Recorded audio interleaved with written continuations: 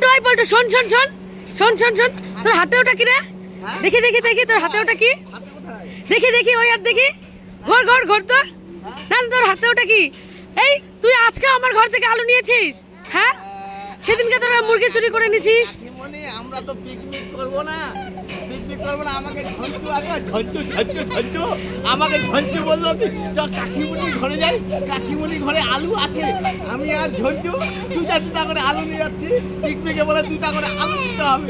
না, তোদের আমি পুলিশে দেবো। তোরা এর আগের দিন আমার ঘর থেকে মুরগি নিয়ে গেছিস।